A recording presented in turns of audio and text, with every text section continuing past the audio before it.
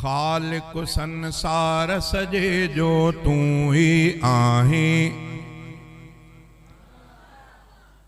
राज़िक़ मख़लूक़ सजीअ जो ॿियो को नाहीं। मुंहिंजा ख़ुदा इएं थो थिए जीअं बि तूं चाहीं। खालिक संसार सजे जो तूं ही आहीं, राज़िक़ मख़लूक़ सजीअ जो ॿियो को नाहीं। मुंहिंजा ख़ुदा इएं थो थिए जीअं बि तूं चाहीं। तूं ई थो औलाद बख़्शे, तूं ई धीअर ॾींदो आ, तूं ई पुट बख़्शींदो आ। तूं ई थो हर ग़ैब ॼाणे, तोखां कुझु बि नाहे लिकल, तुंहिंजे अॻियां आहे खुलियल। जेको भी थो तोखे सॾे थो, दाह खे वर नाहीं। खालिक संसार सजे जो तूं ही आहीं, राज़िक़ मख़लूक़ सजीअ जो ॿियो को नाहीं। मुंहिंजा ख़ुदा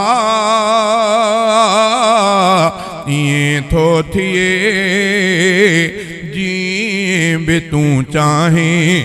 खालिक संसार सजे जो तूं ही आहीं। तूं ई थो सिज उभारे, तूं ई तंहिंखे लाहीं थो, चंड बि तूं चमकाएं थो। ख़ल्क़ियो तो आकाश आहे, ख़ल्क़ी तो ई आहे ज़मीन, तूं आ रब्बुल आलमीन। तो जहिड़ी ॿियो कंहिंखे न आहे ताक़त रब साईं।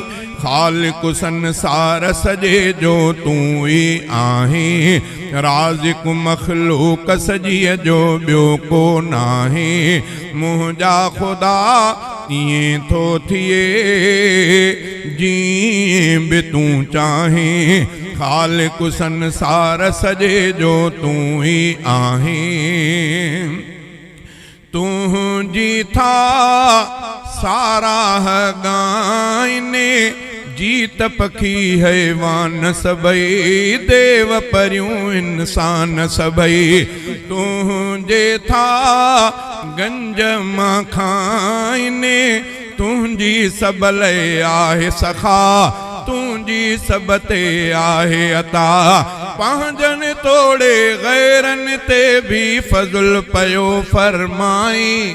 खालिक संसार सजे जो तूं ही आहीं, राज़िक़ मख़लूक़ सजीअ जो ॿियो को नाहीं।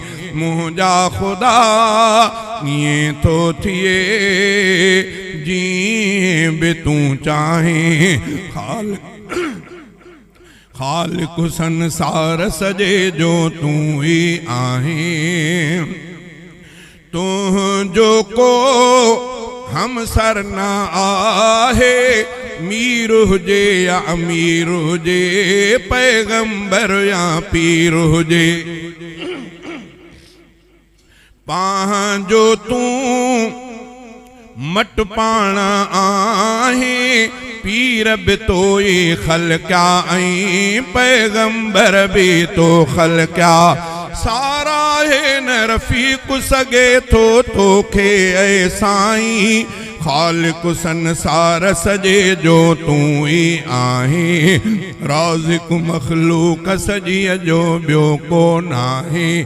मुंहिंजा ख़ुदा इएं थो थिए जीअं बि तूं चाहीं।